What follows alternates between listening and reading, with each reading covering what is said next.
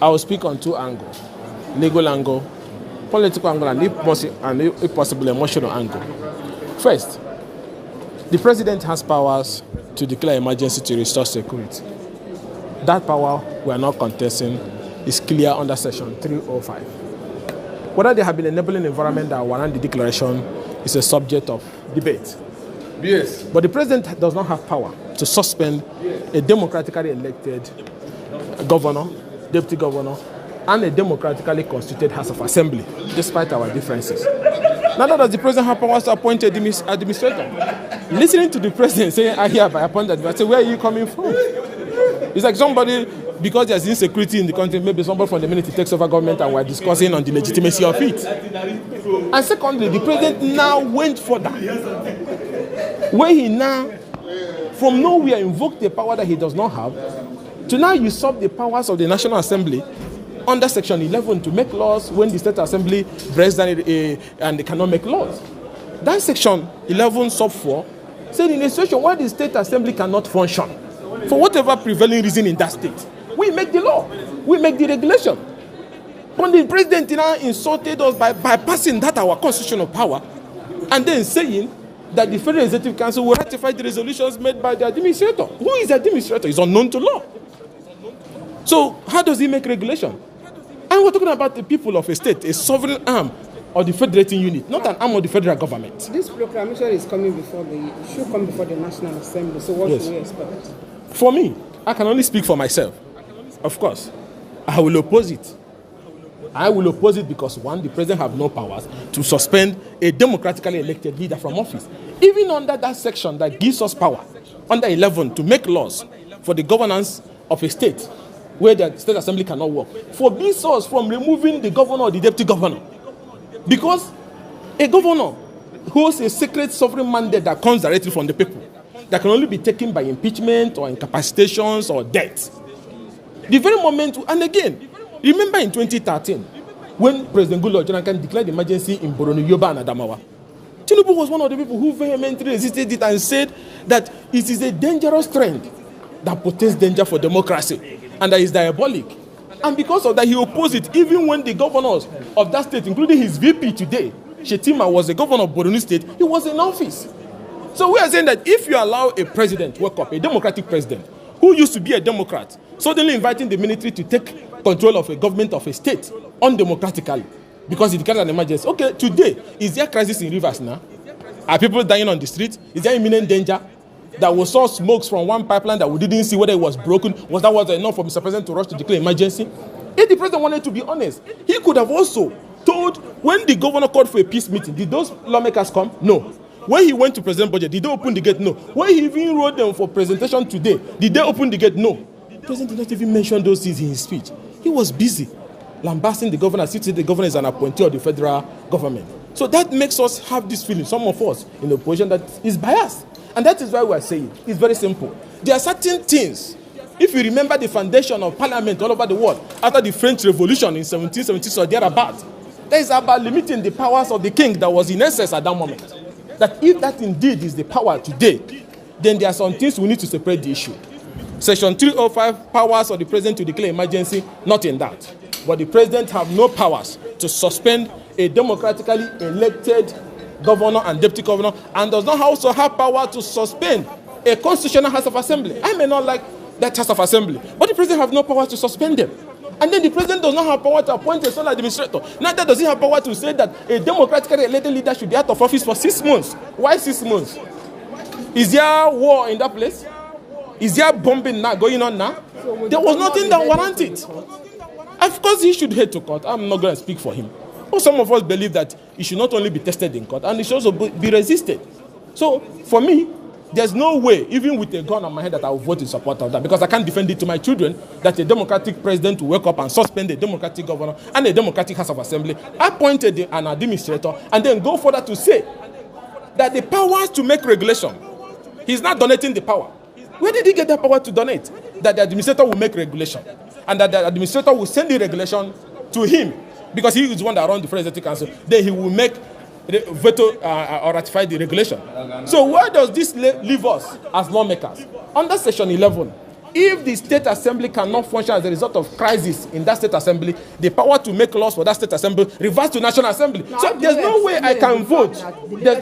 There's no way I can vote that my power as a lawmaker to make regulation when the state assembly of a state is not functioning should be donated to the Federal Executive Council. So the president suspends a sitting governor in office, appoints an administrator, and then makes regulation for that state, and then oversights the administrator, and then National Assembly goes to sleep. I don't think I will vote for that. And that's why I'm speaking for myself, that I'm not going to vote for that. And I believe that any lover of democracy and constitutional governance would definitely not vote in support of that. This, yes, my offer peace, an opportunity for peace. Anything that will make peace to return to River State, will support that. But at the same time, we cannot tie ourselves to lay the foundation for constitutional crisis in the country in the long run, that anybody can suspend it. Even the parliament can be suspended under one guise or the other. So the limitation, there must be limitations. And that is why I said the condition, nobody can take control of any section of this country, any government of this country, without the democratically conditions spelled out in the Constitution. So if you look at the provision in section 11, that power to make regulation or make laws where a state assembly is not working rests with the National Assembly. If you also look at section 305, there is no place where he gathers the power for him to go and then remove a sitting governor, appoint a administrator, and then make regulation for that state. Now, how do you explain the fact that the leadership of the National Assembly was at that meeting where that decision was taken? That is why I said parliamentary business, consultation is allowed. So if he consulted some people, fine and good. It's good that he consults. So when you finish consulting, they will brief for. That is why if you go to our rule book, before emergency declarations can be considered, we go into executive session. So I believe that whatever that must have discussed in that their consultation, when we go into executive session tomorrow, they will brief us on what he told them, so we can see from their own angle. So when we are seeing from the angle of the leadership, we'll merge it with the provisions of the Constitution. Bear it in mind that before you can make that consideration, the parliament must be properly constituted with two-thirds majority, which is about 240 something like that. About anything below that will be like a queue. It will not work. So when we listen to the consultation that have happened, then we match it with the constitutional provision. Vis-a-vis, should we donate our powers as lawmakers to the Federal Executive Council?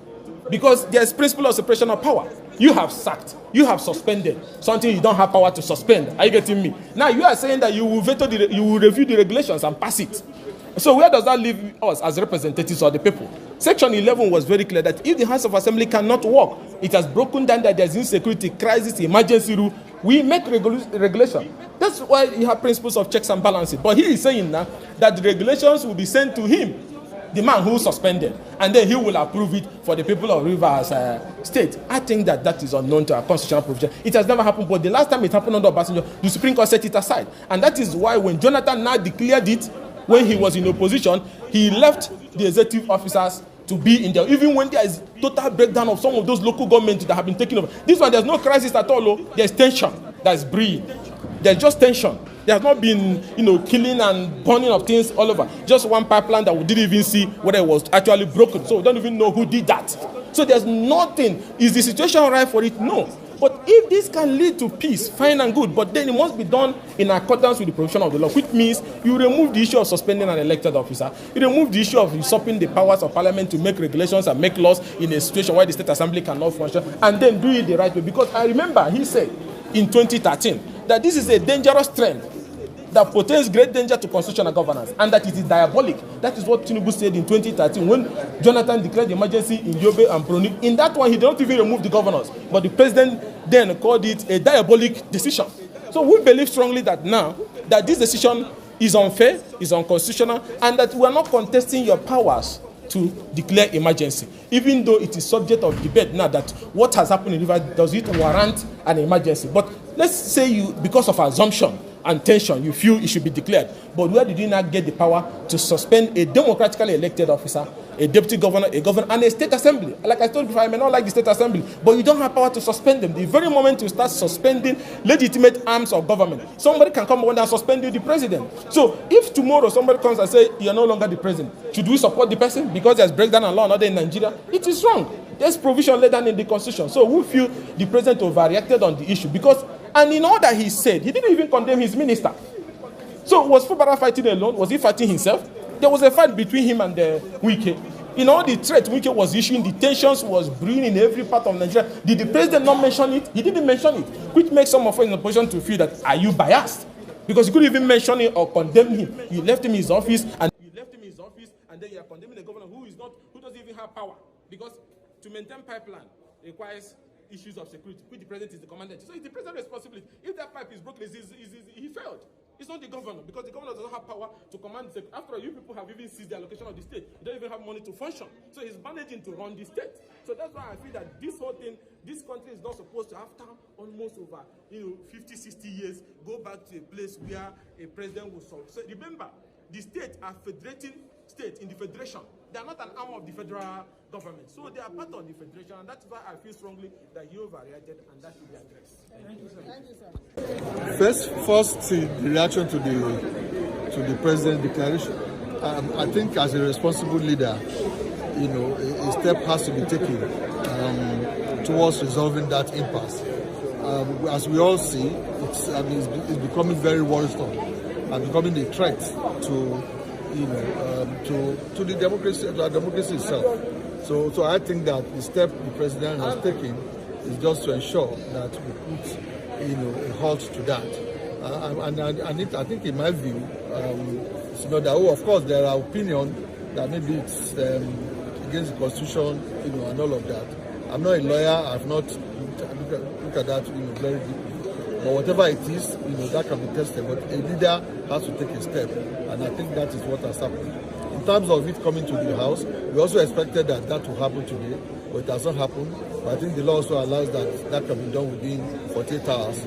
So the 48 hours is still within the time frame. So let's see what happens tomorrow, and then we can take it off from there. Now, do you think this declaration has doused tension? What impact has it made, or will it? Well, from what I've heard so far, I think it has. The issue of will somebody be impeached tomorrow? Will it not be impeached? All of that is off the table now. I think it is. Of course, that cannot be the only solution.